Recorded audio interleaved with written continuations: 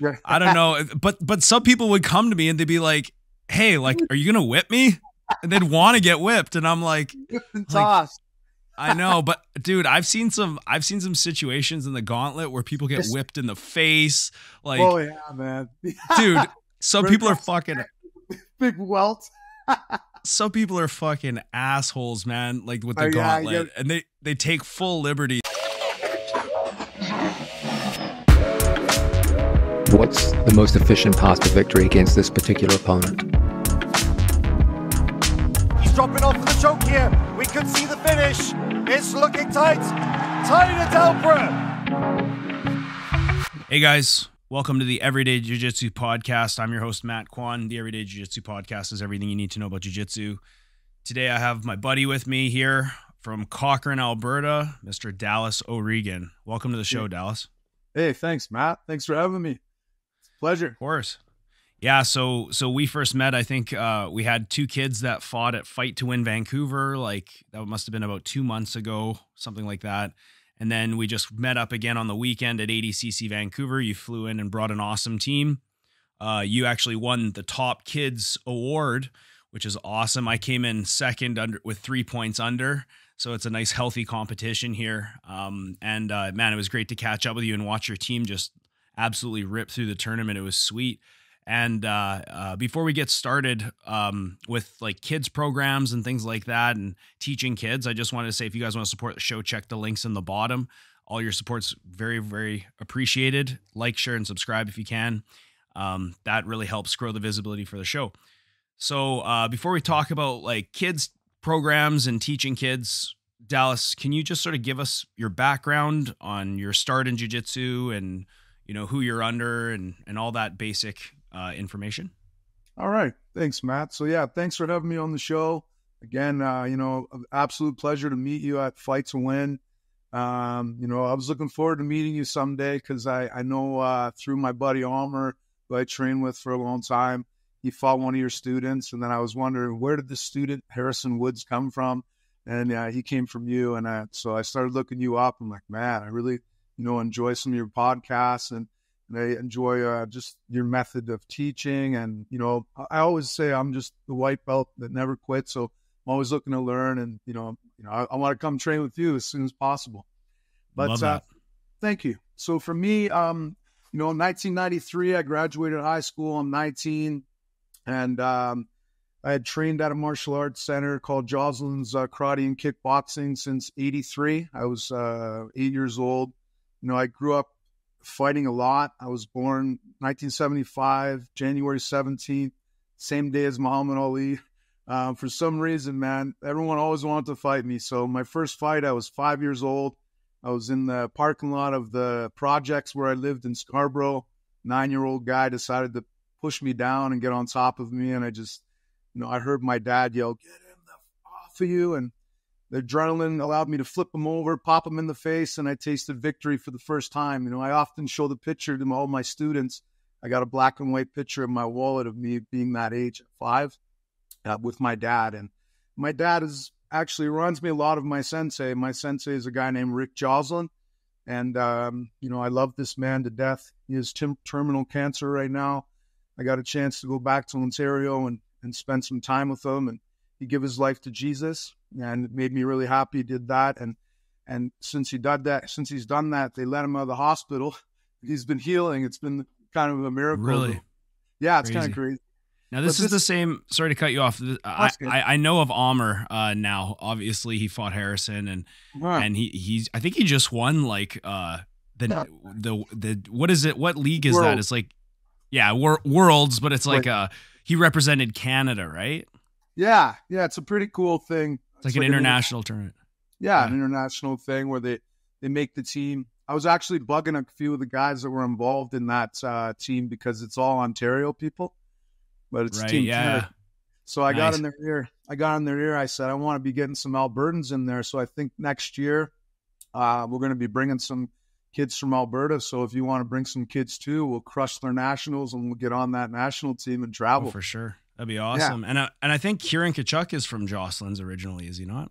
No, Kieran actually, I think he was born in Hamilton, but then he left and was raised outside for a little while. He ended up in Toronto. I think he was training under a guy named Steve Lynn, and then he switched over. He's been around a few gyms, but yeah, Kieran's an amazing guy, amazing teacher. I didn't mean to derail the conversation there. You were talking about your instructor there and how he's healing. No problem. Yeah, I was just going to bring it back to Almer there because, yeah, that's, kind of our tie a little bit through Harrison and Almer. But yeah, Almer trained at Joslin's, forever. He's a Joslin black belt, as am I. But yeah, mixed martial Joslin's karate and kickboxing started in 1967 in Hamilton. Rick Joslin's 3-time Canadian kickboxing champion, spent a lot of time traveling over to Detroit, even doing some bare knuckle matches back in the day. So for me, I grew up again fighting. I left Scarborough, ended up in Hamilton at the age of 6. And then my dad just, he knew right away I needed to be in some kind of martial arts. All I cared about was Bruce Lee movies and ninjas, right? So he introduced me to Rick Joslin through the hockey program that I was in. And I was playing hockey with his son, Jeff and Paul. And yeah, just hit it off from there. I started training karate, kickboxing. And then when I was 14, I left because I think I got sick of the kicking and punching. I just felt like it was a little bit stale for me. So I got into girls and hockey. So that was pretty fun. But, the Royce Gracie changed the world, right? When he won the UFC. Of course. And Jeff Joslin, he's a world karate champion, world bow staff champion. And, one of my best friends still till this day. So he started learning the art. Next thing you know, he started teaching one of my friends, a guy named John Sabatka. He was actually the first guy to learn Brazilian Jiu-Jitsu in Hamilton under Jeff. And he was probably the wimpiest guy I've ever seen in my life. Coming from Czechoslovakia, I used to have to fight for him and stick up for him a lot. I used to teach him how to fight back against people. But once Jeff taught him the system of jiu-jitsu, man, he was balloon sweeping everyone to arm bars. He was, escaping those headlocks, taking them back, choking them out. And I had to learn it right away. So I went to Jeff's and we just started studying. And that's kind of how it went. For me, I always say I was the longest white belt in history, 10 years. Had some things happen to me where, I grew up, you're a product of your environment. A lot of my family members are, connected to different, bad things. And so I ended up being a product of that. And I had, do a little bit of time in my life. I'm a pardoned guy now, which is amazing. I give my life to Jesus 6 years ago. And ever since I've done that, things have gotten way better for me. God connects and disconnects. I know that, which is amazing. But yeah, just studying for a long time with Jeff. Got my black belt in 2017. And, when I got my black belt, I decided to ask Jeff because honestly, I had blue belt, purple belt, brown belt, and then even black belt. I had people try to rip me away from Jeff and let's go run our own club. Let's go run our own club. And, my idea was to always be loyal to my sensei. And, when I get my black belt one day, I'm going to go to Jeff and I'm going to ask him if I can run my own club. If he says no, I'm going to stay and I'm going to train with him. But, Jeff said, by all means, I'd love to see you run your own club. And then I found Cochrane, which is, it actually turned out to be a more affordable place to live. I sold my home in Hamilton and the prices were all skyrocketing up. So if I want to buy back in, I'd probably be living in the ghetto. So I decided to look to Calgary where I was born. And then when I looked to Calgary, I seen a place called Cochrane. I'm like, what's this place? Wow, mountains, man, you get to live right in the mountains. So we came out here and then that was the beginning. That's pretty cool.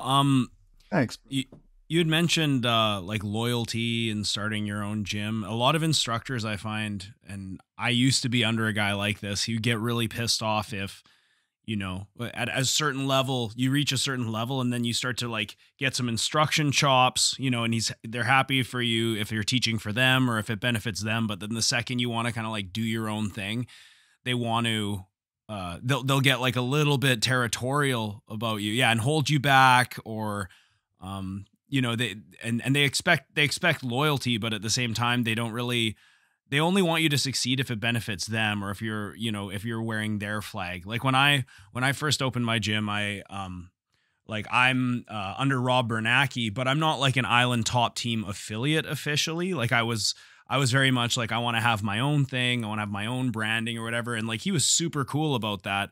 But I know there's instructors that they go the other way, right? They're kind of like pissed off if you don't want to wear the team flag or you're a traitor or whatever.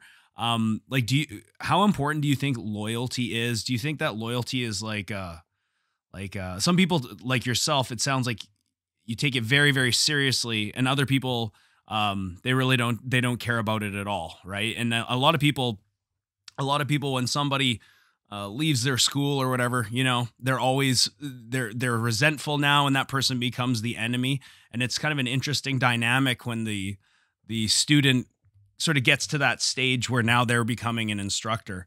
Do you think it's important to sort of keep that tradition of loyalty? Do you think that the whole creant thing is kind of, is it bullshit? You know, do you allow cross training? Those types of questions.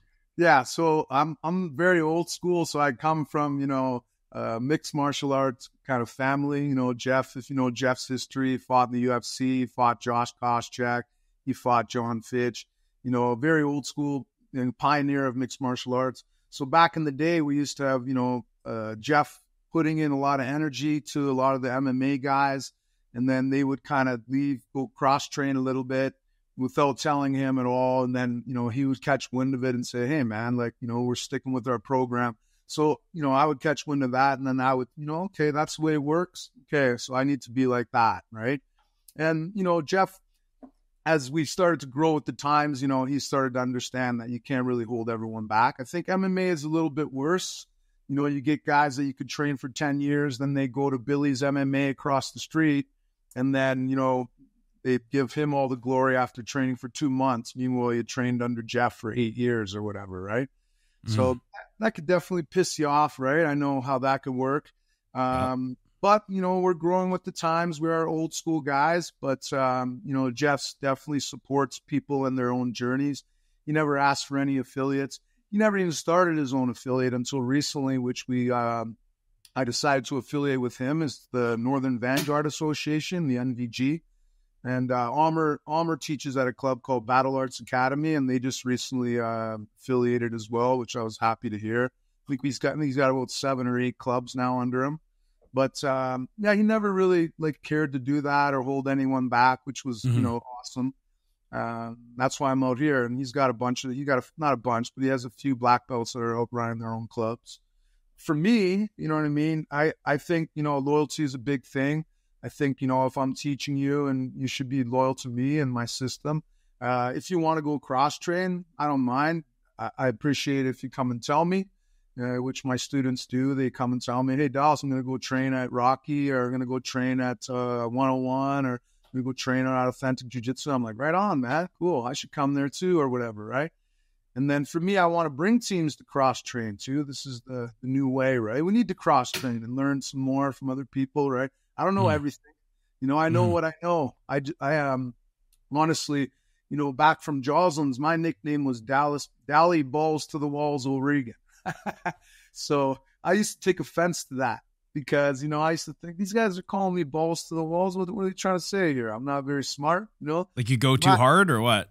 Yeah, I go hard, you know, but yeah, I started, you know, in 93, and we're going hard. And we're Canadians. We're just, you know, we're rough, right? I remember watching a video that I bought a video called Chicks Dig Scars. It was super cool. And they had all like the NAG on there and a bunch of, you know, American nationals and stuff. And it had a bunch of like highlight reels of jiu-jitsu people. But then also on the video, they had a thing called the Hokina Project, where they go to the favelas in Brazil, and they, you know, they give the poor kids gis, and they bring them in and teach them jiu-jitsu. And for me, you know, back in, I think it was 95, 96, 90, something like that, I got to see that. I think Ricardo Amendolia gave me that one. He used to give me bootleg stuff all the time. So I got that. And then I was looking at it, and I seen this video of these kids and the Brazilian instructors speaking in Portuguese, and they got the subtitles there. And one of the subtitles, you know, the instructor's walking around, and he's smacking him on the back, and he's saying, no strength, no strength.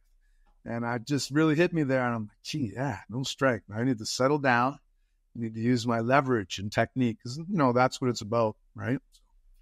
Yeah. Absolutely. That's the whole thing we're doing here. And it sounds like, you know, you claim that you're like an old school guy, you come from the old school, but your outlook on cross training seems pretty modern, pretty progressive, you know.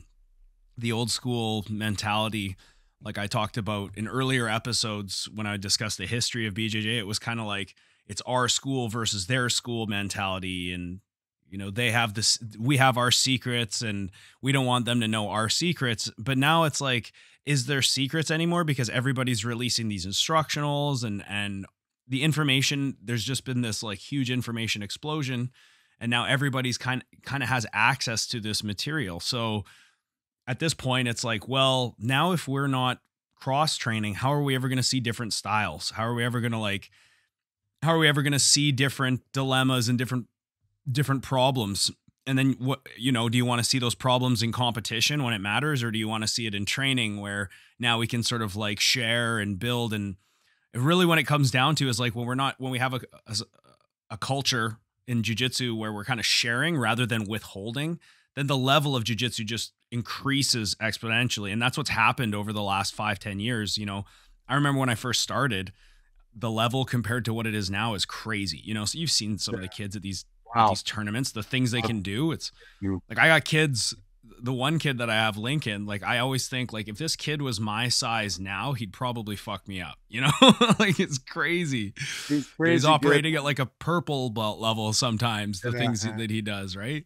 So it's cool to hear that, you know, you have the mindset of it's better to just like cross pollinate, because we're all going to get better if we have that kind of culture. 100%. Yeah, we're not keeping secrets. We're not Rex Kwon Do here, right? Mm-hmm. You know, I think it's very important. So, you know, but I do have that old school kind of mentality. So, you know, I had a little bit of it stuck in me where I had, you know, some people wanted to go cross train a little bit more than I was comfortable with without me and stuff.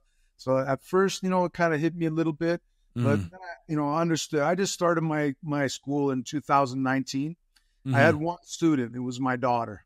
She's 10 now. And, you know, she competed against Reese Lee actually in the gold medal match. Right? Reese is your champion. She's very good. But she's really good. Yeah. Yeah, she's amazing. Same with Theo, you know, Dallas got to take on Theo again. He took him on and fights and win. Theo's crazy. Theo's crazy, man. It's crazy what these kids can do. I got a lot of killers, and it's funny we talk about cross training because a lot of these kids cross train at other gyms too. And it's like, and we wear a lot of different hats in jiu-jitsu. Like we want to be good at jiu-jitsu.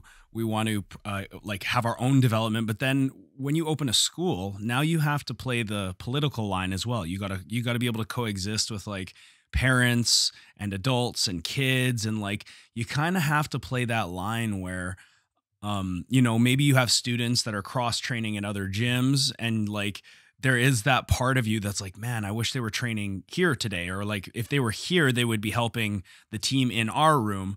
But then you have to kind of like, you have to ask yourself, like, is it worth it to make a big deal out of it? Because in the end, if you make a big deal out of it, now it's set this like political tone. It becomes about, it does be, you know, whether you like it or not, it does kind of become almost like a territorial thing.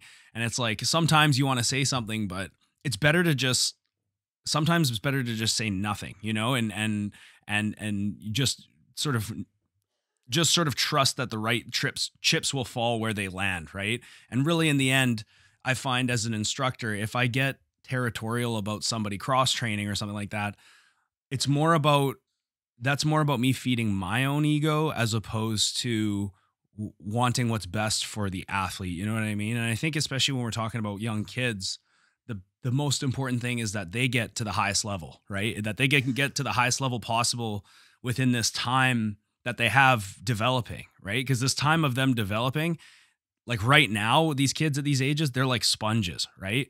And then when they get older, it's harder to give them that kind of a foundation now. That foundation's already made. So we're kind of like limited in our time with them. And I think sometimes, you know, when I hear about cross training or whatever, like I fully support it. And obviously there's times when I want certain kids in the room because we're preparing for a competition as a team or whatever, but it's like, you have to toe that political line and kind of play the game and sort of just trust the whole process. Yeah, it's not easy, right? Dealing with people and having your own club. You know what I mean? And not It's a just totally that. different dynamic than just Yeah. being a practitioner.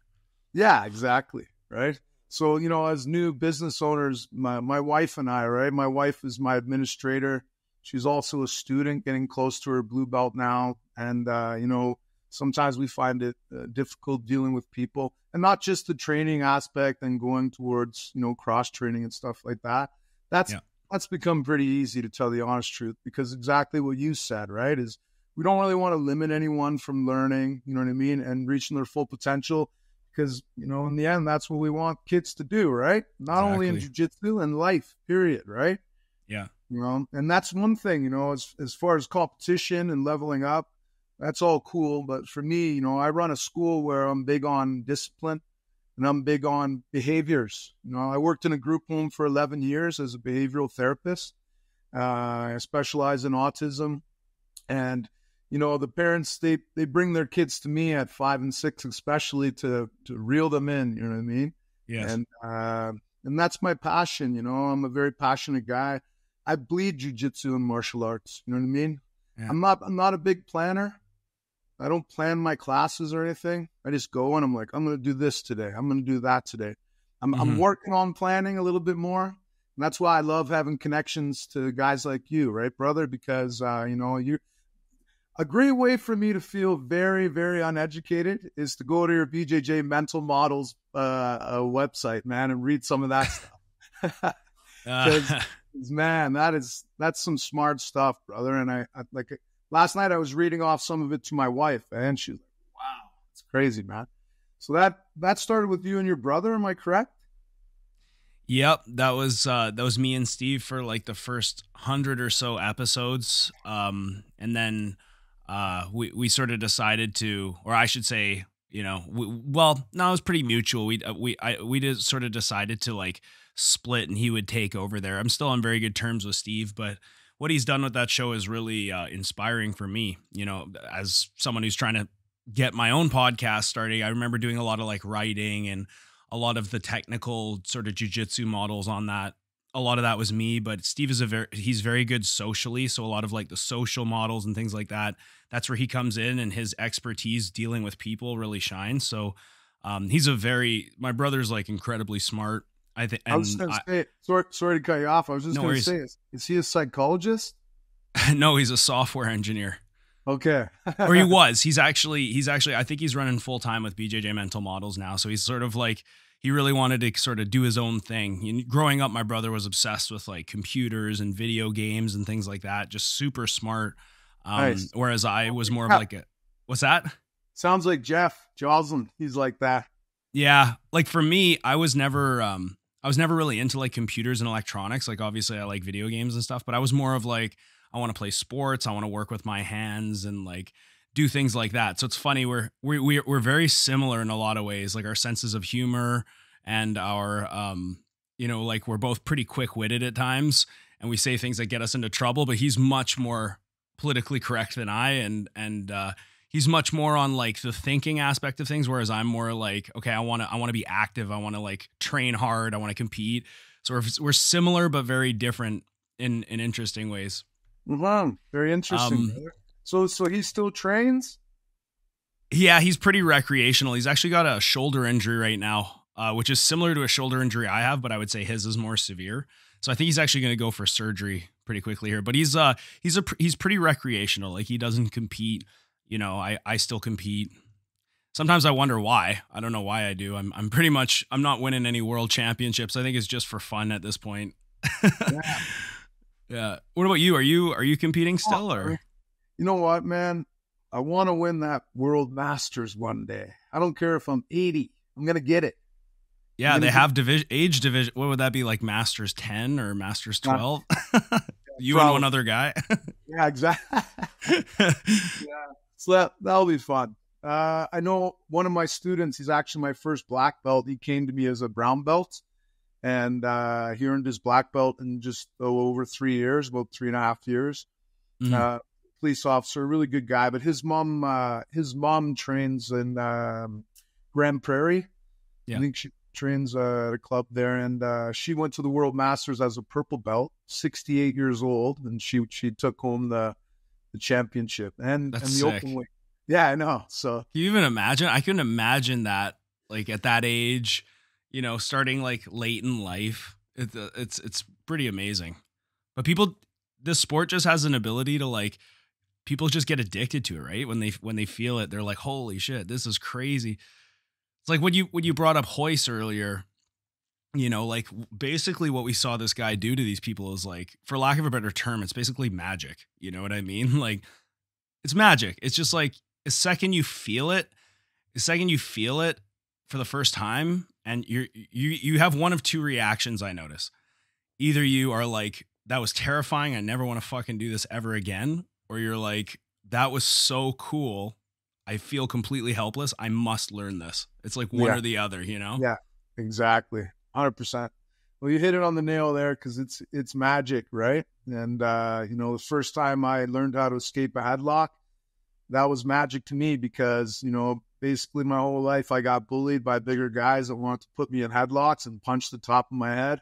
And once I learned that, and that everyone wants to come to my house, I lived with my mom, single mom at the time, and I had the whole basement of the house to myself. Everyone wanted to come over. We had 100-inch big screens, so we'd put on the UFCs, and then we'd have scraps in the basement, right? And using jiu-jitsu to win, every time, it was pretty special, right? Oh, totally.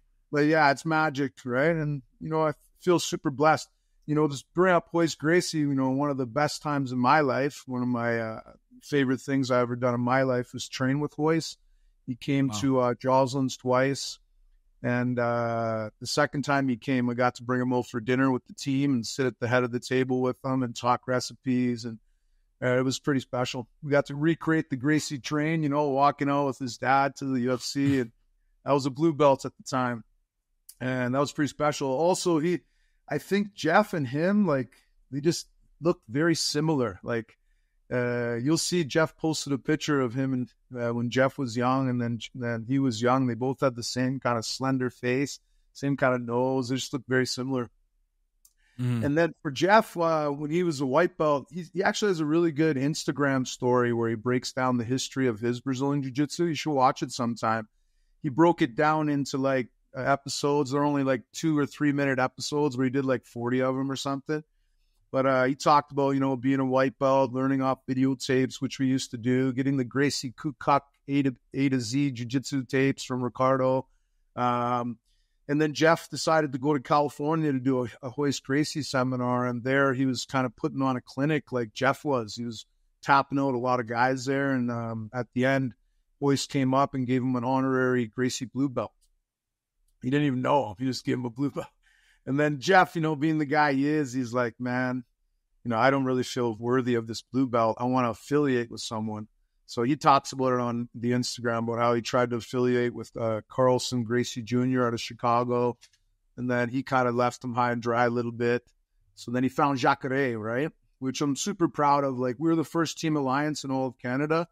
And, I got my blue belts and my purple belt with Jacare, right? He strapped it around my waist with Jeff there. Jeff's the first black belt under Jacare.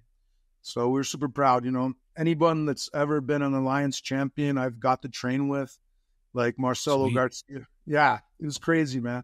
I learned so much insight, and I often tell all my kids, guys, you can practice all you want. My dad used to tell me practice makes perfect, but that's a lie. Because when I go to practice, right, I'm not practicing perfect. It's perfect practice makes perfect. And I never heard that. Right. I never heard that until Marcelo said that in Portuguese, and Ricardo Amendolia translated it, right? Mm-hmm. So, I learned so much from that guy, when he came, and so many guys. I got to train with Damian Maia. I got to train with Bernardo Faria, Tarsus Humphreys.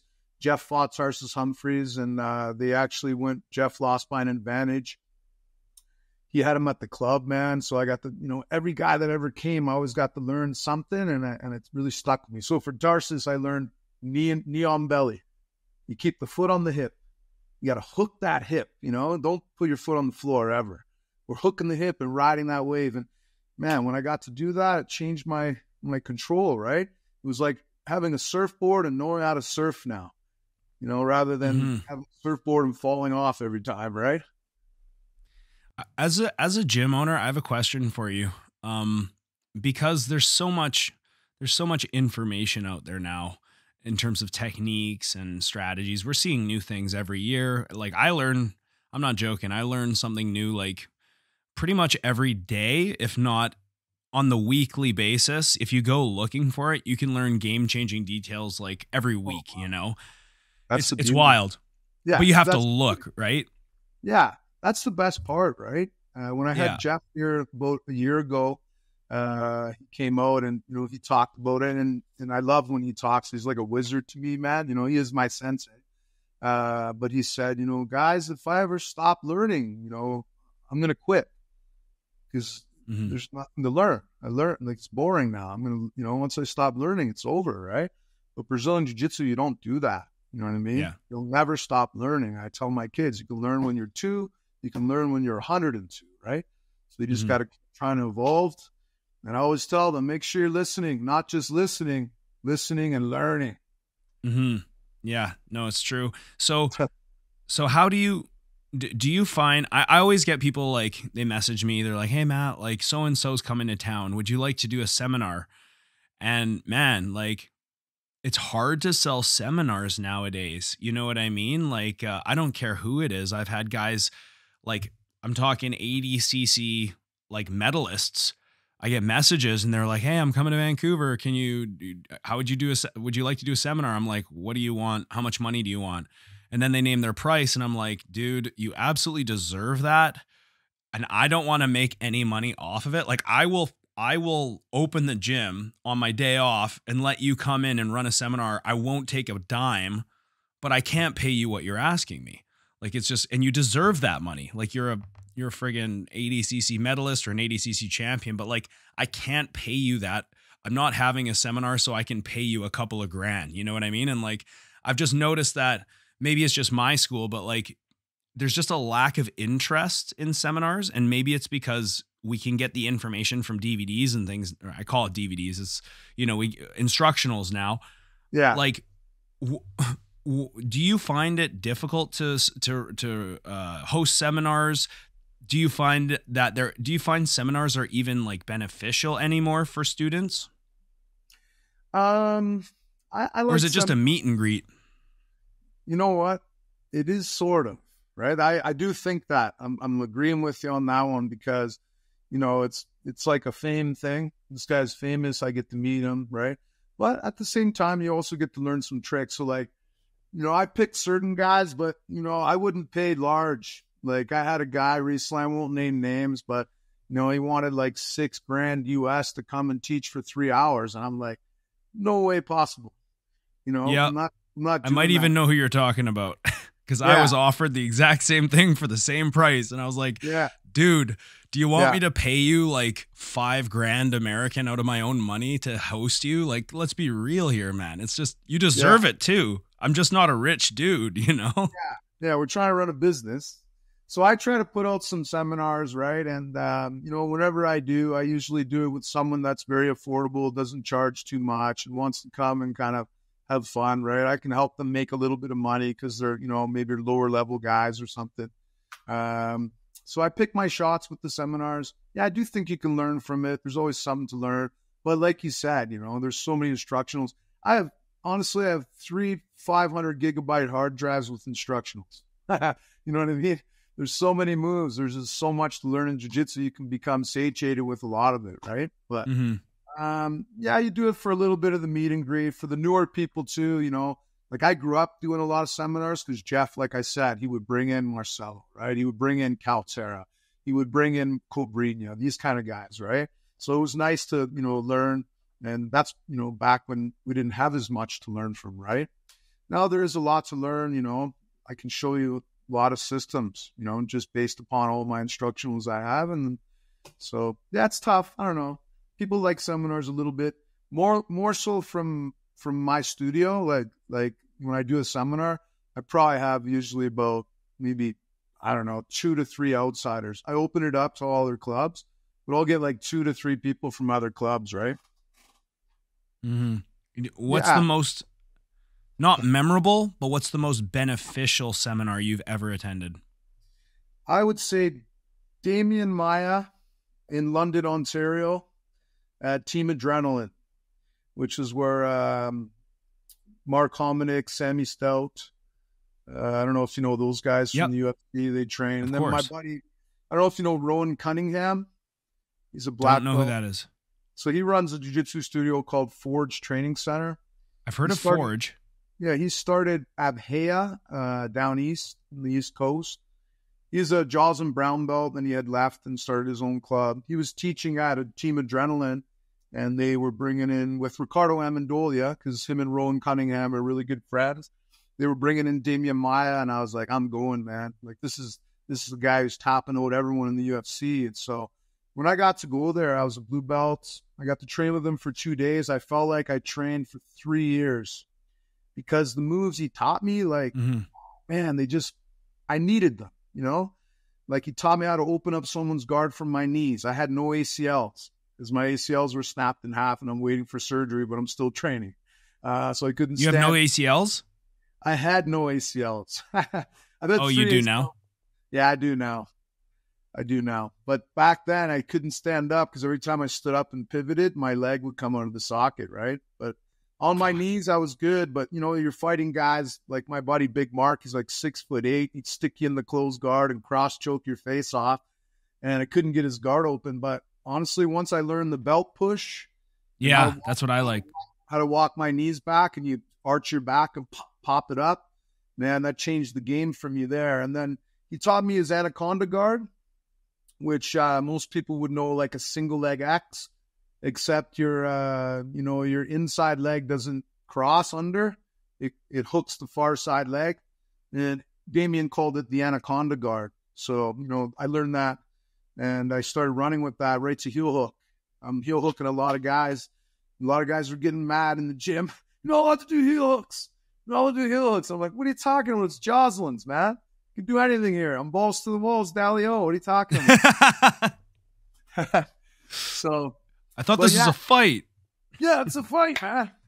But and honestly, at Joslin's, it was like a fight. Like guys were going hard, right? I even remember going against Almer a lot and having a lot of hard matches. That guy's a beast, right? Almer's a fucking beast, dude. Definitely one of the best in the country. Yeah, guys fucking. And the last time I saw him, he was so he's running a tournament and he came out. What was it? Is it Peak? Premier? No. Premier. That's right. Premier Grappling. Yeah. He came out and it was their first time here. So it was like a pretty underwhelming show out. Unfortunately, there just wasn't a lot of people there.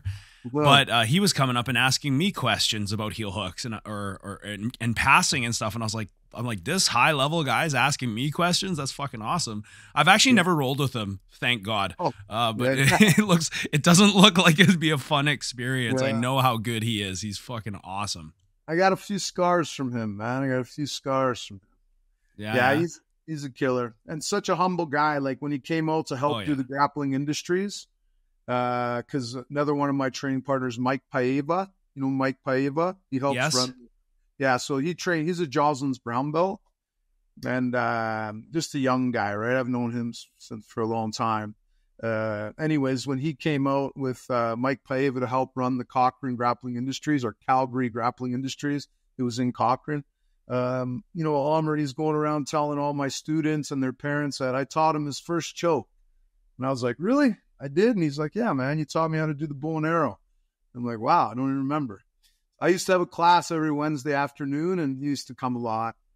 Almer was actually my first student I got to take part in leveling up. Like, you know, when you get your black belt, you get to go to the front or as far as like in my studio with Jeff, you know, you get to go stand up at the front with your black belt.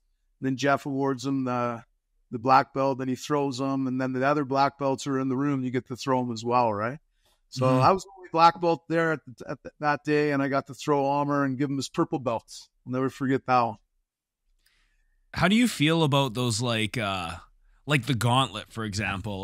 Like we have a lot of like traditions in jiu-jitsu. Yeah, we do the gauntlet, man. The belt whipping. You guys do it? Yeah, we do it. We love it. Everyone loves it.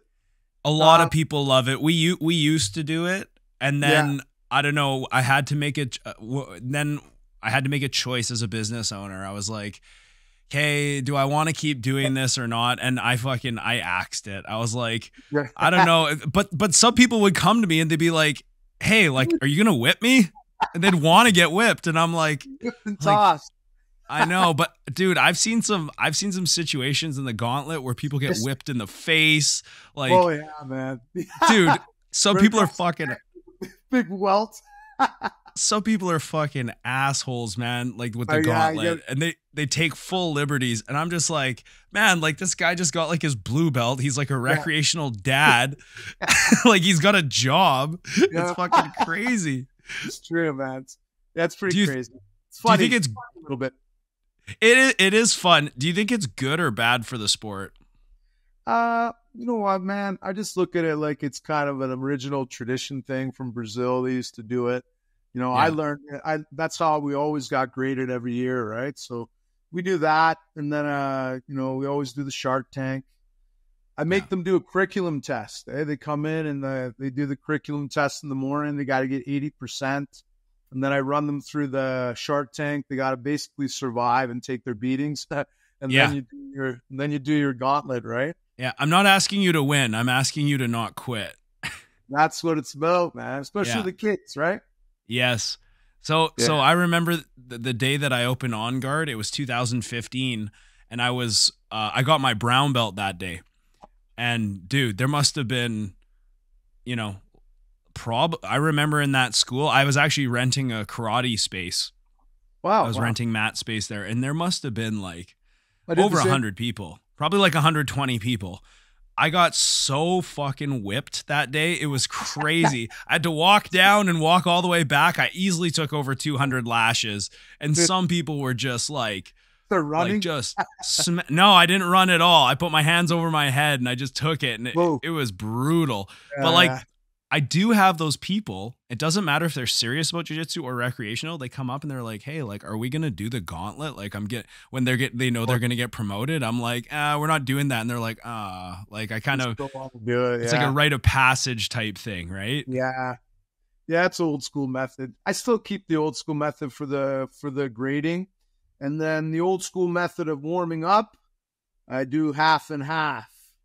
So like some months we'll do the traditional warm up, you know, running, side shuffles, backwards running, you know, then you do your line drills, your hip escapes, break falls, forward rolls, back rolls. I know a lot of the modern teaching methods have done away with that. Yes. So when I talk about that too. Nice. So like when Jeff came here, is it 4 years ago now, Jeff came and my sensei Jeff, and he said, "No, guys, we're not doing the old school warm up anymore. I don't do that, eh? I don't even think he does the gauntlet anymore, but I still do, right? So my sensei did away with all the old school stuff, but I'm still carrying it on, right? But you know, newer club, right? I'm trying to kind of give the all the new people some experiences that I grew up with a little bit. Mm-hmm. But yeah, so the new method is when Jeff came is we're going more like 2 moves a week. You're going to do it 4 minutes on your good side, 4 minutes on your bad side each. Like drilling?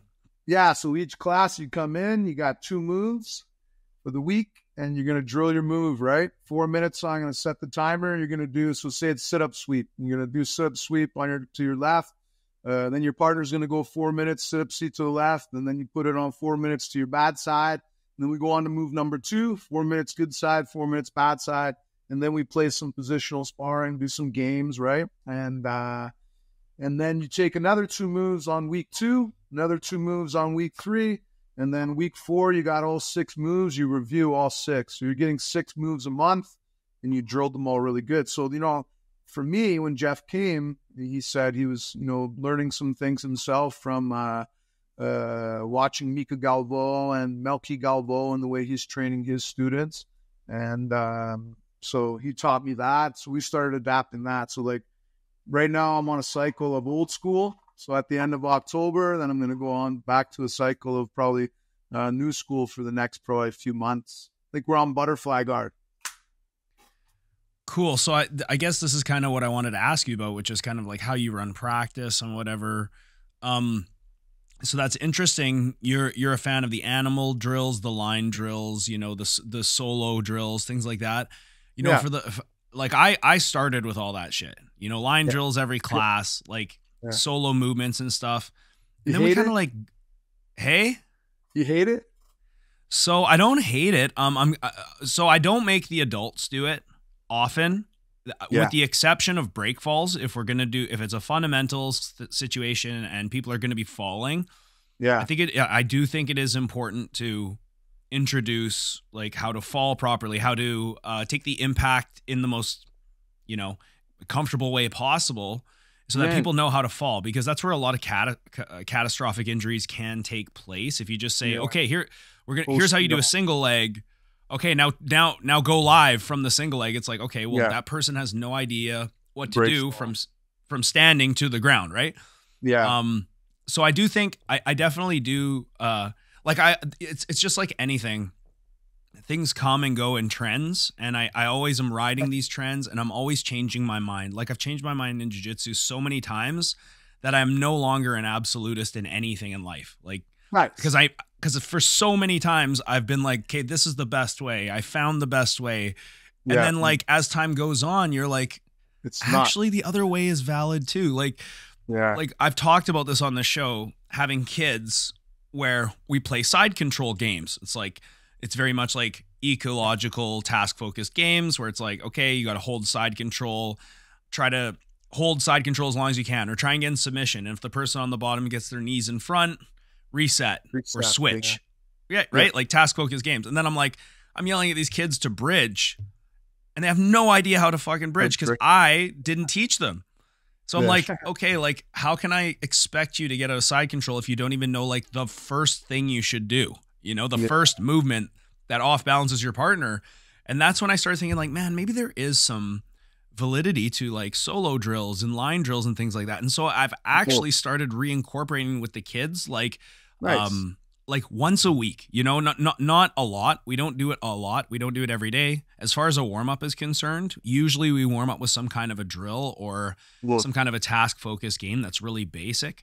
But I think there's absolute validity to it. I've argued with this with Greg Souders on the show before about solo drills, you know, and I've seen solo drills. First of all, I've experienced it for myself. You know, you can call it anecdotal. I've experienced it for myself, and I've seen my students make drastic improvements when showing them a solo drill. And then all of a sudden they try and use that technique live, and it's like, it's just more ingrained in them. Working. So, you know, and a lot of the eco guys, you know, I talk about eco a lot. They argue about how there's no moves and you can't teach a move, and you know, drilling is not really useful. But I think there's drilling and then there's drilling. Like if you look at the Mendez bros and how they compose their drilling, it's very much live drilling. Like you're getting different responses. Yeah. And you can call that drilling, or you could call that a very much limited task focused game. But it's like you're not sparring, you're just drilling. And like, let's say, you know, getting your grips from guard. Haffa shows this amazing drill where he's self-framing his hips from the supine guard. Guy comes in and tries to like move around him and sort of push the legs to the side, and he stops the initial pass, and then he sets up his grips and sets his guard up, and then they do it again, and then they do it again. And it's just like, it's just something about that repetition that I really find valuable, you know? Yeah. Especially when you're injured and you need another way that you can still get good training. I think that the live drilling, especially, and like creative drilling where the outcome is not necessarily predetermined, but the athlete sort of comes up with their own outcome based on the reactions of the person. That is like, I think, the most beneficial drilling. But long story short, I don't hate animal drills. I don't hate line drills, but I don't employ them like super often. But I don't, I no longer think that it's like a full waste of time, because I did used to think that. I used to think like, you know, oh, line drills are a waste of time. But man, it's like, I remember there's a quote from Cyborg. He was like, because he's big into drilling and solo movement drilling. His movement's like legendary, right? And he's like, you know, if I'm going to control someone's body, how am I going to control their body without knowing how to control my own body? And then that's where the solo movements come in, right? And you look at Danaher, I mean, he's put out instructionals all on solo movements. So Right. you can't tell me that these legends in the sport are wrong in putting an emphasis on solo movements and drills and things like that. I think it's honestly all useful. I don't think it's any like this is the best way or that's not useful. It's just a different way, right? It's old school way and kind of foundational, right? Just like building a home, you build the foundation, same thing, right? I think of Romano Alvaro. He's the Gimnastica El Natural guy. So I don't know who that is. No, so he's a black belt jiu-jitsu. He's kind of the guy that, teaches everyone how to do those animal movements. It's called Gimnastica El Natural. He's got instructionals out on it. I've had like my buddy Jurgen. We've got all our belts together. He's a black belt in Ontario. He's went and trained with them in Brazil and stuff. If you look him up, he's pretty cool, especially if you want to do solo drills. But honestly, I think there's value in it, but I also think that there's a lot of value in what you were talking about and what the Mendez brothers were doing, right? I recently got a chance to go there and train. I got to roll with Tynan. Yeah, it was pretty cool, man. I got to roll. Oh, my God. Is that suck or what? Yeah, he tapped me out in a minute and a half. I got it on video. It was pretty fun. And it was just, it was competition training. So, I'm all beat up and not that I expected to beat the guy or anything, but he came up to me. I think I went against one of their black belts. And then after, I won't say who won, after one of us won, we moved on. And I was about to go off and sit down beside Anna's mom because I'm like, my back's a little sore. All of a sudden, who stands in front of me? It was Tynan. He was like, want to go? And I'm like, yeah, let's go. Oh, fuck. Yeah, it was pretty fun, man. He took my back pretty quick and tried to fight off the second hook. And then he trapped both my arms and got me in a one-arm choke. So that was nice. Yeah. Sorry, what? I was just going to say, I'm currently watching his X-Guard instructional. It's fucking awesome, man. Amazing, man. For the gi, I think the AOJ DVDs are some of the best, if not the best. Like, I know Danaher's got some amazing gi instructionals, but there's just something about like world champion athletes in their prime making DVDs about these techniques, and a lot of the context that they're putting the techniques in is based on their experiences in competition. And as awesome of a coach that Danaher is, he just doesn't have competition experience. Like, he has experience with athletes in competition at the highest level, but not for himself. And there's just something about that when those guys, they bring in that experience and like their outlook on how to apply that certain thing in competition. Yeah, I agree. I always tell my students, like, the AOJ DVDs for gi specific training is just, in my opinion, I think it's the best. Yeah, I agree. Honestly, AOJ is amazing. Their website's pretty cool. I subscribed to that maybe half a year ago after I came back from their gym. And, you can go into some of their private lessons, as far as going into a private lesson he did with his son, Ace Mendez. He did a private lesson with his son. And I was just watching how he was training his kids on how to do the balloon sweep. They were, rather than controlling both sleeves, which normally I like to control both sleeves and balloon sweep, he was just doing double collars. And it allowed me to start thinking, hey, man, for my 5 and 6 year old program, I'm going to start training them how to do this. I'm going to, number 1, stance. Number 2, grips, double lapel grips. Number 3, kazushi. Number 4, pull guard, feet on the hips, and balloon, right? And so I get my kids to do that, man. They're doing that all the time on repetitions, right? But that came from, an AOJ kind of style. Like you were talking about earlier, they play a lot of different games, like little positional stuff, where as far as, you just go as far as recomposing your guard and then reset, right? And do that. And then, I love that kind of stuff. And that's why I feel great too, being connected to guys like you that are into that, and are really into what? Just into the jiu-jitsu games. The current meta? The current meta, brother. Yeah. It's same with your sensei, Rob, right, too? He's got a few instructionals out there with Kesting on playing the games and stuff like that. Like, I always played my own games. Like, I would make up my own stuff, or I would some stuff I learned, like, we would call positional sparring. Sure. But then hey, bro, that's not the same thing. That's what these guys. Yeah. They get all offended when you call it that, right? Yeah. A lot of these eco guys, they just like, if you don't do it exactly their way, they think that you're not like benefiting. It's weird, you know? Yeah. I don't want to trash eco guys. I do it so many fucking times on the podcast. It's honestly. Yeah, that's okay. I do. Yeah. When I first learned that word, when someone said it to me, I go, what's it called again? What is it?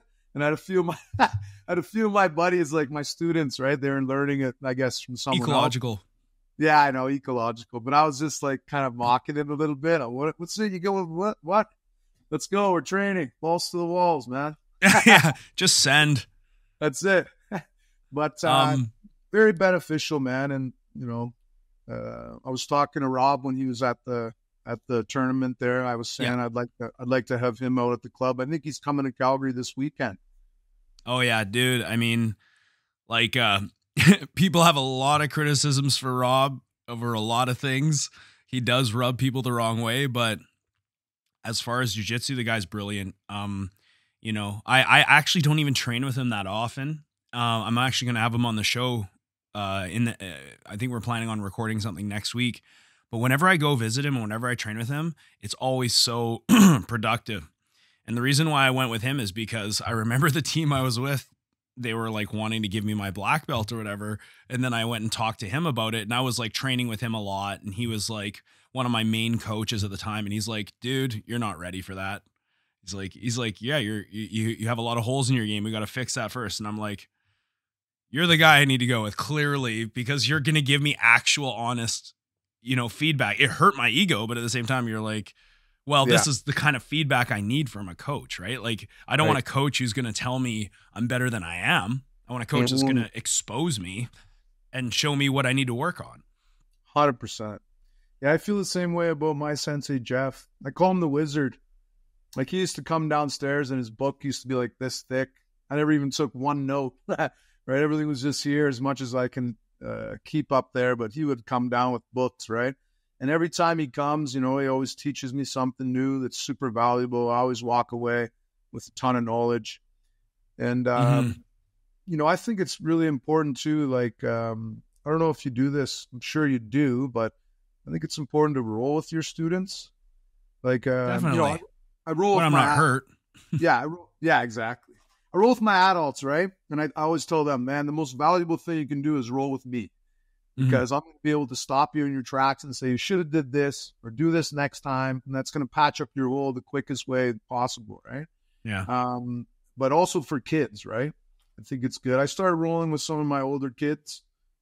Like, I still haven't really rolled with my daughter, right? She's 10. I haven't really rolled with her. My son, Dallas Jr., I haven't really rolled with him. I don't really do private lessons with them. I just let them come to their classes. They do their jiu-jitsu, and that's it, right? But eventually I'm going to grab a hold of them, fine-tune them up, and turn them into world champions. Yes, that's always the goal. So like for your kids' classes, how many a week do you have, and how long are your kids' classes? And what are the age groups? I just want to know, like, the breakdown for your kids' program. No problem, brother. So we start on Monday nights, which is my day off. I don't teach Sunday, Mondays. We're open 7 days a week. I got 2 other instructors that teach. We don't have any classes right now on Sunday for kids, but I am going to be starting a special class on Sunday. So there'll be kids classes 7 days a week?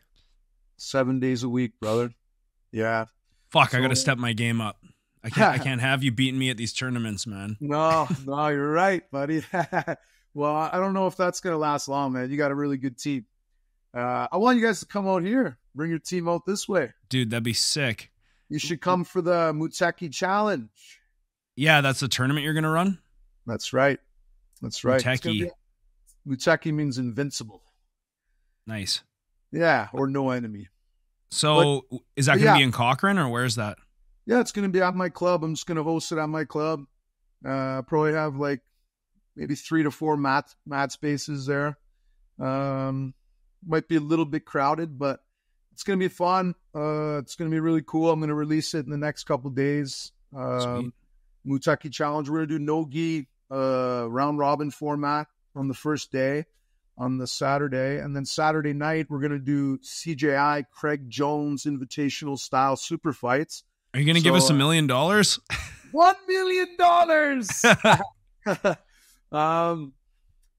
So yeah, we're going to do the round format, right? The 3-round format with the 10-9 must system there. And do you have a sloped wall? We don't have the sloped wall. I know. I was thinking about building one, so I don't know. That'd be sick. We'll yeah, and then Sunday we'll do the Muteki Kimono Challenge, so people will have a chance to compete in the kimono, and that'll be the end of it. But yeah, would love to have some of you guys out, especially in the super fights. If we can line up some of your guys with some super fights, definitely. I'll definitely pass that along to my team. Thanks, brother. There's going to be a cash prize for the most exciting match. Oh, nice. Not how long are your kids' classes? Oh yeah, so kids' classes are an hour. Yeah. So we run. So I teach Tuesday to Saturday, and then basically we have an hour every class, and then I do extra classes. Right. What age groups do you break it down into? I go 5, 6. I go 7, 8, and then I go 9 to 15. Oh, okay. Interesting. So 3 age groups. Some of my like 13 to 15-year-olds come to the adults, like Annalise. Yeah, of course. She trains with the adults. She's only 13. Right. I have Marley Felipe. She's silvered at the ADCC. She just fought her first, or it was her second. Or actually, it was her first adult division in the Nogi, which was pretty cool.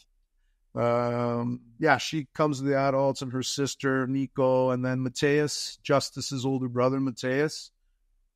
We call him Bermuda. So what I'm doing is my 4 higher level students. I got Mateus. We call him Bermuda because he triangle chokes everyone. I was gonna say, I think I can guess his favorite move. Yeah, I know. And then Annalise, we call her Ana Pena because she does the Pena choke and the gi a lot. Then we call Marley the Penguin because she renamed the Pan Am scarf choke I learned from Bernardo Faria.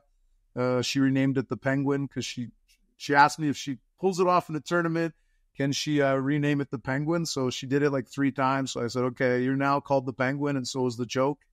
And then her sister, I call her the Minion. She's kind of like a minion of mine. So what we're going to do with these 4 kids is we're going to give them some students. Kind of like AOJ style. Like you got guys like JP Tran, you got Icaro Marino, you got Mickey Whalen, some of the students there, and and they get their own students, where some students can train underneath them. They come in and give them privates or whatever. So I thought maybe on a Sunday we can give them a 2-hour window. I'm sending out the email today to all the competitors, and then whoever commits will be put on a team. So you can be put on Team Bermuda, Team Pena, Team Penguin, or Team Minion, right? Are they? And oh, that's cool. Is it gonna, and then there's going to be like the Ultimate Fighter where they fight at the end? They scrap at the end. Just kidding. They have to scrap at the end. Come on. Yeah. Well, they're definitely going to spar. Yeah, for sure. So they'll work on their moves, right? They can go in the corners. Each one gets a corner of the club. Go work on your moves for an hour, maybe hour and a half, and then last half an hour, or maybe even last hour they can spar it out. Have some team grappling sessions. Pretty cool. Cool. Yeah. In 1 or 2 sentences, describe to me your outlook, your vision of teaching kids. Okay. So, I'm big on letting them reach their full potential, right? I always love that. We talked about it earlier. And, just training them to, first of all, understand respect. Okay, respect is huge for me, right? If you're being disrespectful in the gym, I'm calling you out right away. And then learning, how to be a good teammate, how to make sure you guys are training together properly. And then learning the self-defense, right? Like knowing how to defend yourself. So if you're at school or if you're on the street, someone grips a hold of you, you're going to be able to do that. And, people say, well, you take your kids and you do, a lot of competitions, but I'm really self-defense. I'm self-defense. Well, guess what, bud? Brazilian Jiu-Jitsu is self-defense. So if you're a competitor and you're competing at the highest level, if some guy tries to grab you on the streets, all that jiu-jitsu you've been doing in competition is going to work against some You're going to fuck them up. Yeah, exactly. Right. So I get that often, man, from some people, right, that they're talking, they try to say that kind of stuff to me, but I'm like, yeah, I know about self-defense. My middle name is self-defense. I started training when I was 8 years old, 1983.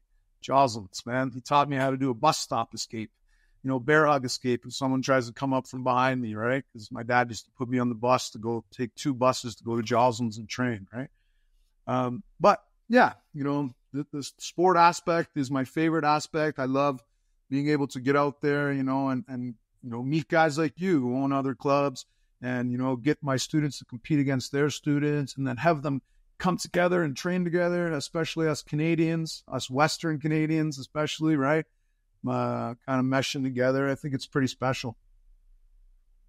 For sure. Yeah. What would be your advice to somebody who's like just starting a kids program, or maybe they're just starting to coach kids in Brazilian Jiu-Jitsu? My advice would be to be patient. Have a lot of patience because, everyone has different speeds, not every one person learns at the same speed. So you got to have patience. And at the same time, just make sure you're really drilling the moves into them. The fundamentals, I think, is very important. Like you said earlier, if you don't know how to bridge, right, and then you get thrown. Someone puts you in mount, and you say do an upa mount escape. You don't even know how to bridge, right? So just building that foundation, right? Make sure you're building the foundation. Make sure that you're creating a real good environment where everyone can be safe and they can train for a long time. That's the most important thing. This is I always say it. This is not a race; it's a marathon, right? So it's true. Yeah, I always say, and especially after tournaments, I always say, like, I teach the kids jiu-jitsu, but they teach me patience, because it's really, it will definitely test you. You go in some days and like the young kids, there's just like an energy about them where you're like, you guys are going to try and fuck with me today. You guys are going to see, you're going to see how much you can get away with. And you're going to see if I'm going to yell at you or if I'm going to raise my voice or if you can get some kind of a reaction.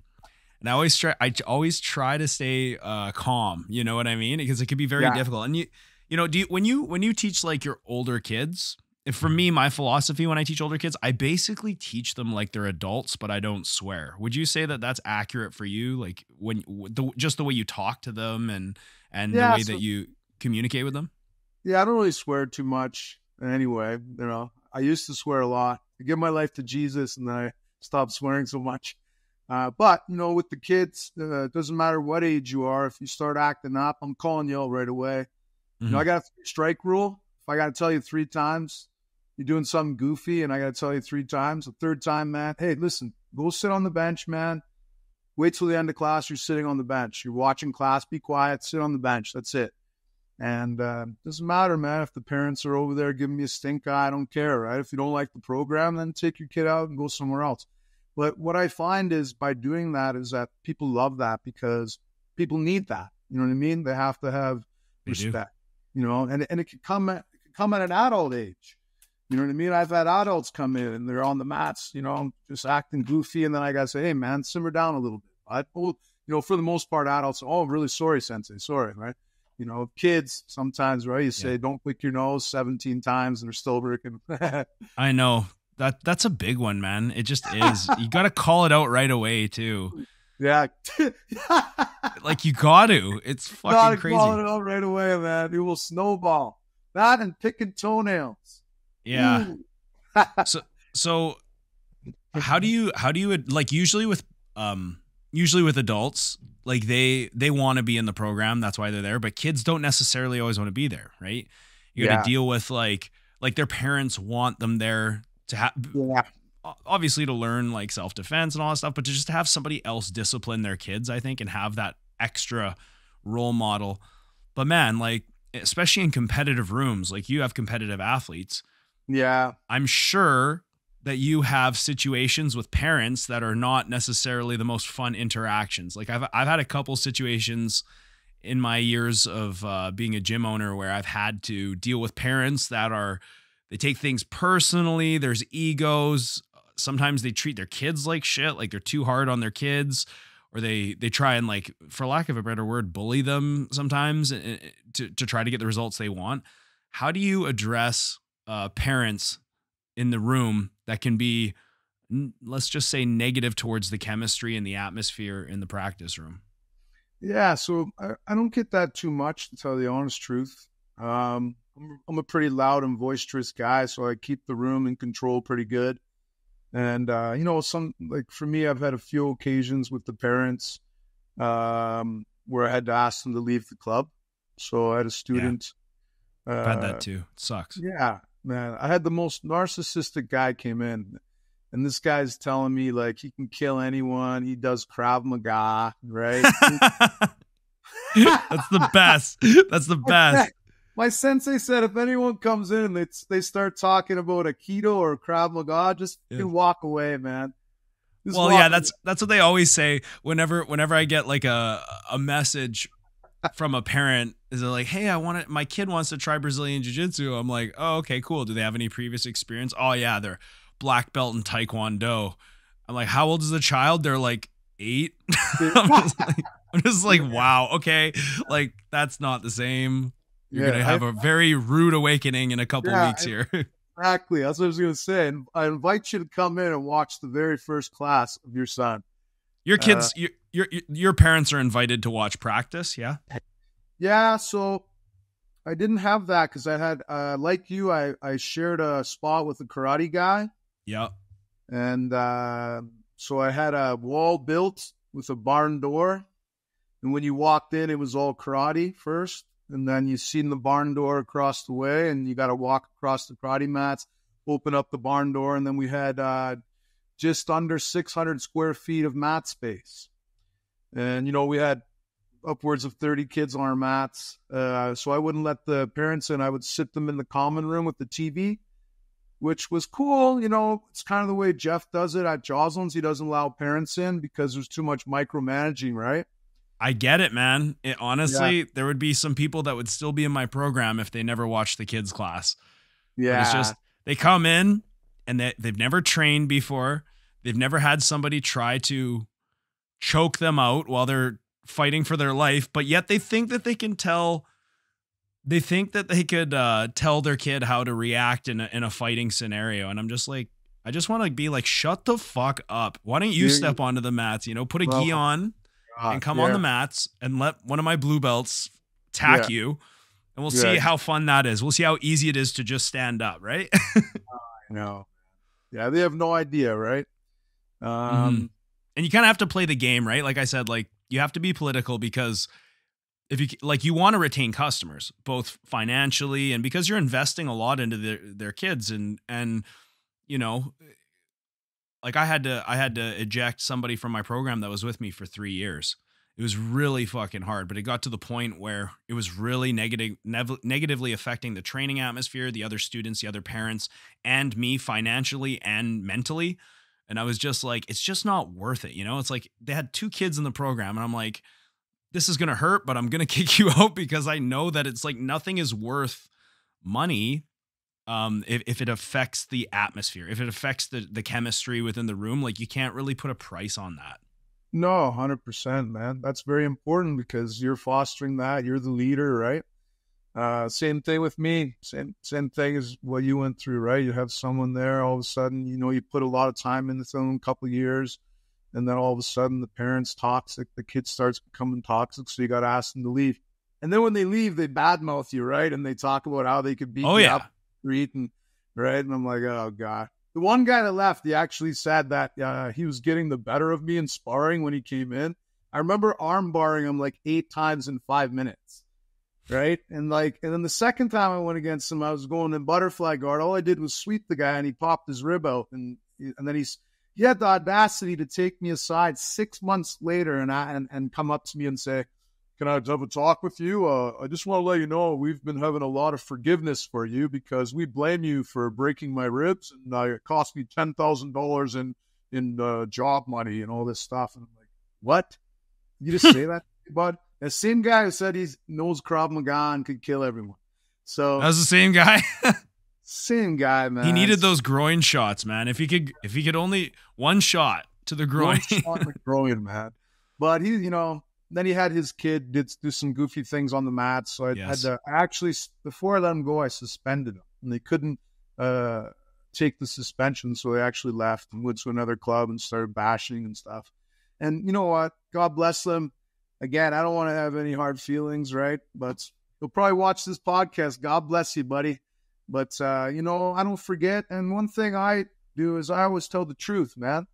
You know what I mean? So if it hurts your feelings, sorry about that. But truth is the truth. You know, you're going to act and there's going to be consequences for your actions always. Mm-hmm. I call a spade, man. I learned that from my sensei, Jeff Joslin, right? And honestly, it happened to me at the last few tournaments even, you know, dealing with other coaches and disrespect and stuff like that. And then I get heated up. I got to call a spade. And then usually after I get heated up, then I come over to the guy and I try to say, hey, man, listen, I just want to have peace and love. Let's be kind, you know, and get along and do that kind of stuff. But it is what it is, right? You know, I'm an older guy. I make sure I set my boundaries, right? I got heated at ADCC a little bit. I actually told the story on one of the last episodes. I did a recap is coming out tomorrow on the tournament. And this guy was pissed because we were complaining that honestly, the referee, the table referee, he was fucking horrible. He's not an ADCC referee. And I go on and talk about how like this is to be expected because ADCC rule set, first of all, is difficult and it's different from an IBJJF rule set. And so ADCC is trying to like educate people when they go to each city to how to be ADCC referees and primary judges and whatnot. But this guy was just making the worst calls. I can see all them happening. And we were complaining because he's, you know, my kid's wrestling out of the bottom position. He gets up, they're full standing, and then they stop the action because it's close to the edge. They move it to the middle. And this primary judge is telling the other kid to start chest to chest and side control on top of my kid. And I'm like, what is that? Like, what kind of call is that? Wow. And I'm yelling at them like, you know, I maybe a bit too much. And then then the other coaches are all pissed at me because obviously it's affecting their athlete. And like, long story short, their athlete somehow got 5 points. I actually walked away to Coach Reese, and I came back and there was 5 points on the board, and the one of my coaches and the other guy are yelling at each other, and then they take the 5 points away and they're going to overtime, and the other coach is fucking losing his mind, probably rightfully so, right? Because it's you know, an IBJJF, if it's on the board, it's on the board. There's no second opinion, there's no taking it back, there's no video judge. But ADCC is different. Like if you have the footage, you can go and be like, hey, let's look at the footage, right? And like for me, I just want to win. I don't, sorry, Freudian slip. I just want to win in the most justified way possible. If I don't deserve to win, and if the video review shows that I was wrong, that's cool. You know, like that's the right call. I want the right call. And and actually my kid manages to win the match and win the gold medal. And then after, the other coach is like telling the kid so that I can hear, it's okay, buddy, they cheated, you know, and I'm like, whoa. Like, are you like let's not, like, those are fighting words. Let's not say something that we don't mean here. Like, you can say that I'm passionate. You can say that I'm obnoxious and I'm yelling, but we don't fucking cheat. Like, that's, you know, I don't want, that's crazy. Like, I don't want to win. I don't want to win a match if we didn't do it in the right way. I just want the right call. And then the other coach of theirs comes up. He's like, whoa, man, I never said you cheated. And I'm like, yeah, that's right, man. Like, don't go saying that. You know, I don't care if my guy wins or loses. Truthfully, I just want him to do his best, and I want the right call. And that's 100%. Yeah.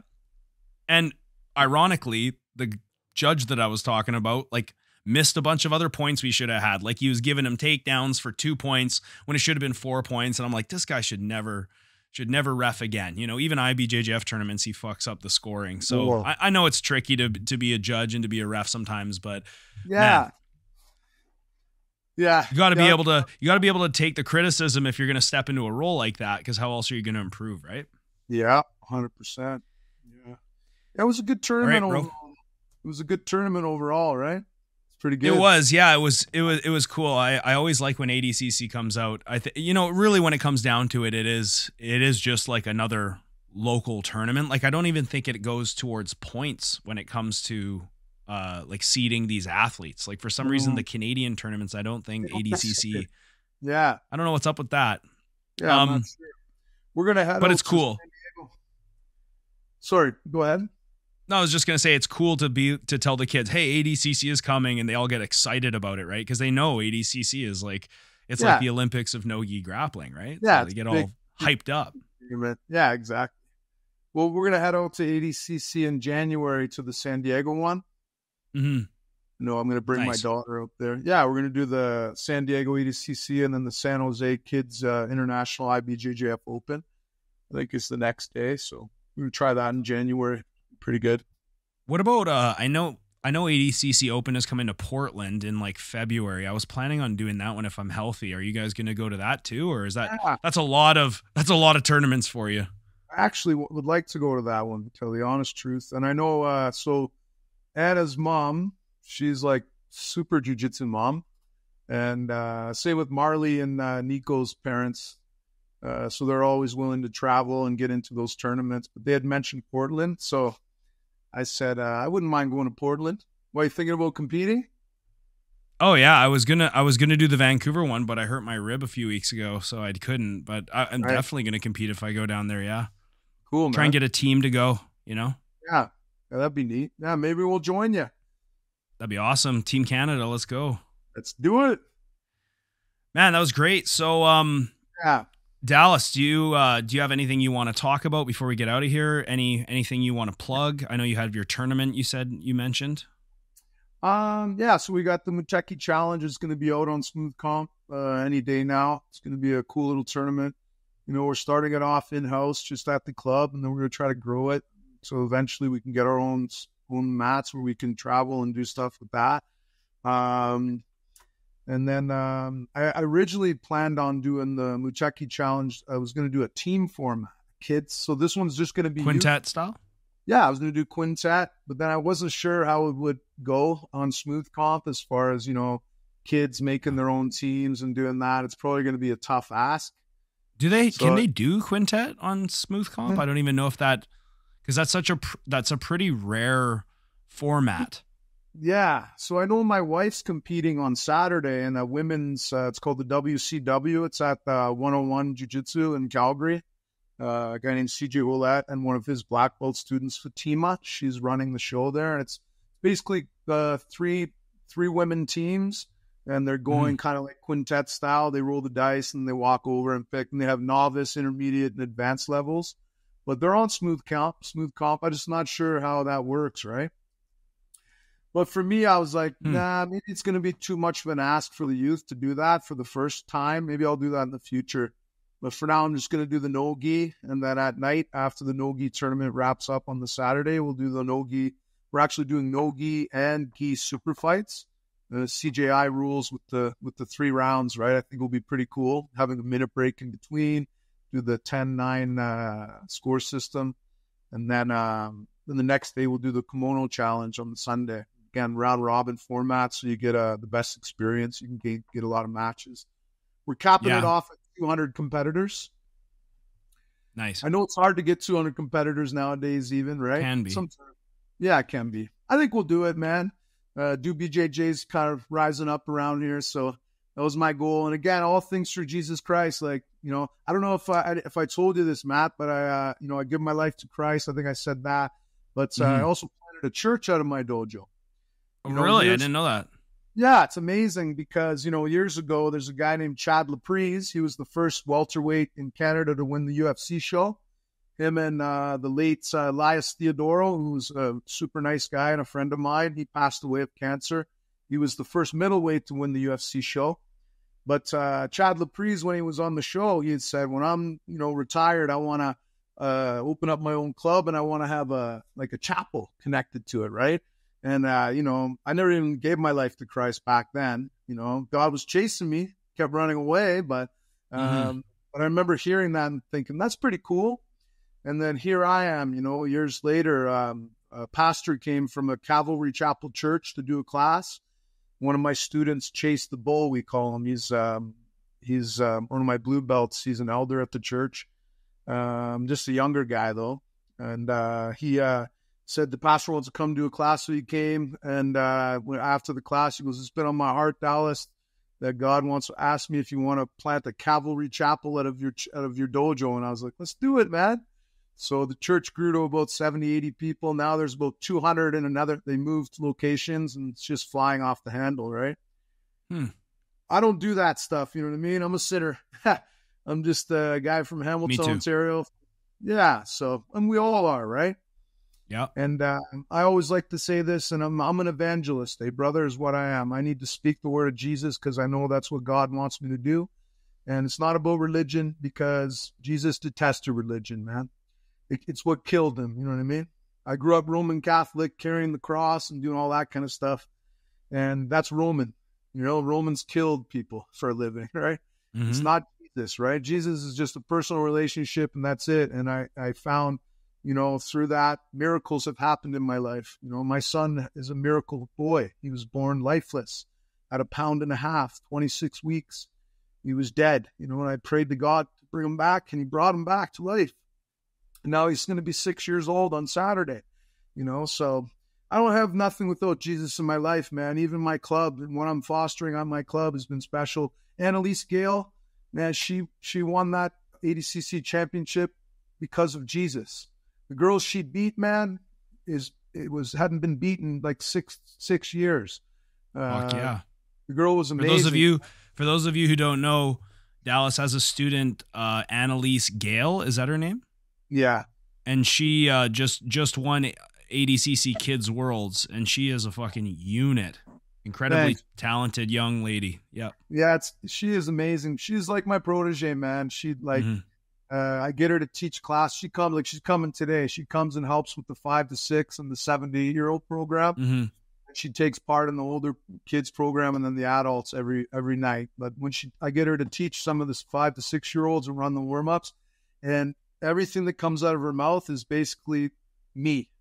Mm-hmm. It's like me in a young 13-year-old girl's body. Yeah. It's hilarious to watch, right? She says everything I say, and then she has her own little flavor too. But, to be blessed with that. And I truly believe that, God uses the intervention of disconnection, because he's disconnected me from so many chumps in my life who didn't care about me, even though they had the same blood as me. And then he's connected me to brothers like you, buddy. And blood doesn't make you family. Jesus Christ does. You know what I mean? And that's what I truly believe. So, when Anna won, the video was on there for us. I yelled out loud, "The lion has been let out, man. The lion has been let out of the cage," right? Because Marcelo said to us one time, he said, someone asked him, "Hey, what do you think about training in the gi versus no gi?" And he said, "You have to train in the gi, because when you train in the gi and get really good, and then you take off the gi, it's like letting the lion out of the cage." Yeah. When he said that, man, it was amazing. Last question I'll ask you. Do you think that training in the gi improves your no gi? This is sort of like an old cliche, and people are saying there's no... You do, eh? Why do you feel that way? I feel that way because personally, when I train in the no gi, I'm harder to tap out, man. I feel like my no gi's pretty good, and I've never did a no gi tournament in my life. And I'm going to tell you another quick story, not to bash anyone. If the guy watches this, I'm not going to tell him your name, but you'll know who you are. God bless you. God bless you. I forgave you. I love you. We're like brothers now, man. I see you at tournaments. I went and did a tournament, Grappling Industries Edmonton, and I signed up for the no-gi, and I'm like, I'm coming out, man. And I see on the rule set we can reap. And then, I've been pulling anaconda guard right to heel hooks and some blue belt. And I'm like, I don't want to reap, man. I'm not going to reap anyone's leg off. The guy probably has a kid. We're going to the Masters Division. He probably has a job. He has to go on Monday. I'm not going to reap his leg off, right? Anyways, I go into this fight in the gi. I was coaching for 2 hours. They said, "You're up." And I'm like, "Really? Shit, man." And I look at the thing. I thought I was up in an hour, right? So I put on my gi, hop in there. I think I omoplata swept the guy twice, put him in my lockdown. I was about to hit an electric chair sweep. Instead, I decided to go for a knee bar because I seen his leg kind of exposed. So from the bottom half guard? in the bottom half. So, Yeah, but that's nasty. as he postured up, I threw my top leg over, but I left my bottom leg dangling. So he put me in a toe hold and he started taking it home. And I was like, oh shit, I got to fight this guy best 2 out of 3. And I got to fight him later in Nogi. I need to fight Nogi, man, because I've never fought Nogi before, man. I'm pretty good at Nogi. So I grabbed the belt. I tried to pull myself up. And I was like, shit, he's taking it home. So I tapped, mother. Man, he just ripped my ankle right off my body, man. And smacked the matzo running around like he won the UFC or something like that. I jumped up, man. I was pretty heated. I think I was going to punch him off the head or something, right? But I sat back down. I couldn't walk, man. I couldn't compete in no-gi. I had to stop fight. I couldn't fight. Fuck. That was my last competition. That was my last competition, you know. So now I'm fighting off some injuries. But, man, I would love to jump in there with you in Portland, man. Go compete in the 45-plus division. Buddy, let's go. Yeah. You know what I think I'm going to do first, man? I'm going to heal up a little bit, and then I'm going to come train with you and start getting on the legs, man. Oh, yeah, for sure. I need defenses. Man, that'd be sick if you, I don't know if you have the ability to do this, but if you guys want to come out and like train with us for a couple of days, bring your kids and stuff, that'd be so awesome. That'd be so good. I'm going to do that, brother. 100%. 100%. Great. Hey, where can we find you on social? I also would love to have you out at my club too one time. Hey, Matt? Would love that. Yeah, maybe I can bring you out. I'll fly you out here and you can do a little seminar for us and teach. Would love it. I guarantee it'll be beneficial and not just me saying hello. Yeah, no problem, brother. Well, let's set it up. We'll set it up in the new year. Cool. Yeah. Do BJJ.ca, right? It's my website. DOBJJ.ca is my my Instagram, right? We're here in Cochrane. Anytime anyone wants to come in and train, man, we're always welcoming to have you go. We have a great community going on here. And we're super blessed, man. Super blessed to know you, brother, and super blessed to have been on your podcast, man. I was super excited about coming on. And I was super excited to, see you at the tournament. And I got a ton of respect for you, man, as far as an athlete and as far as a coach, one of the most incredible coaches running around. You had a big adults team. I seen one of your guys, I think it was Owen Grant. You had a good victory over a pretty good 10th planet Jiu Jitsu black belt from Portland. And he took him out. That was pretty cool to watch. And I was happy for you and your team, man. I was surprised we took your team out there. But like I said, man, that definitely wasn't easy, man. You guys are killers. Well, I really appreciate that. I never used to care about like team trophies. I always kind of thought of them as more of like, it's kind of like a numbers game in a way. But yeah, man, when you start seeing your team like at the top, you're like, hey, I do kind of care about this, especially when it's your business, right? Because there's a lot of different reasons, there's a lot of different benefits to having a high score as a team, especially for youth. Like I really care about having a high rated youth team now. Like I really, like you, I care about the kids a lot, right? Yeah, so it is cool.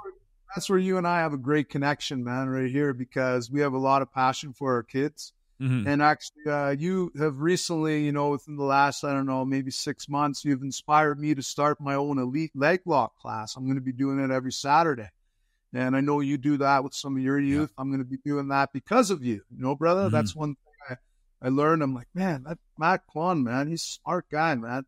I need to stop being dally balls to the walls and start being a little more educated here. So learning from you, brother, I'm going to do an elite leg lock class. And then, like I said, I want to bring them out, bring you out. Maybe you can help kickstart us on that. Oh, definitely. And I'm at the point now with that class where I got like, I'm not shitting you, like 7-8 year olds doing full heel hooks to each other. Wow. I will say, as a coach, you do have to be more engaged because I just, you got to stop action more when there's leg entanglements because they don't know which way they're twisting or whatever. But after a certain amount of time, like we've been doing this now for like, I'd say 5 or 6 months, maybe even longer. Now I can like trust them to spar and keep each other safe. They know when to tap. They know how to get taps, like it's incredible. Cool. And I think it's a trend. Like that's why I wanted to do it early. Cause I think it's a trend we're going to see kids doing more leg locks and things like that. And why wouldn't we, right? It's super effective. Super effective. The reason why it's not allowed in like a lot of divisions, masters divisions, whatever, is because a lot of these older guys never learned them, and they want to keep it that way. They don't want them to adjust. They want them to have it like a safe place to go where they don't have to worry about shit like that. Right. Right. So I think it's good to get these kids started early so that they're not worried when they're getting their leg reaped. Right. Exactly. Yeah. That's exactly what I was going to say, is that, starting them early. So then by the time they get to that adult level where they're allowed to apply them, they're going to be absolute ninjas. Right. It's pretty cool. We had, Kieran, who was here, and he's definitely one of the best leg lockers around. When you got guys like Craig Jones referencing you, you're one of the best guys, right?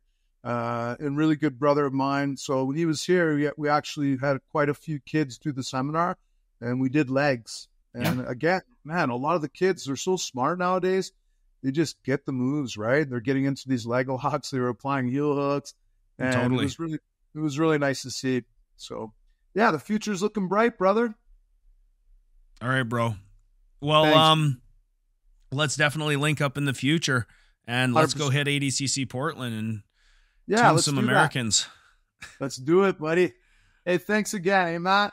Thanks a lot, Dallas. I hope everything's good for you. I hope your body heals up. We're going to talk to you real soon, okay, buddy? Thank, brother. God bless you, eh?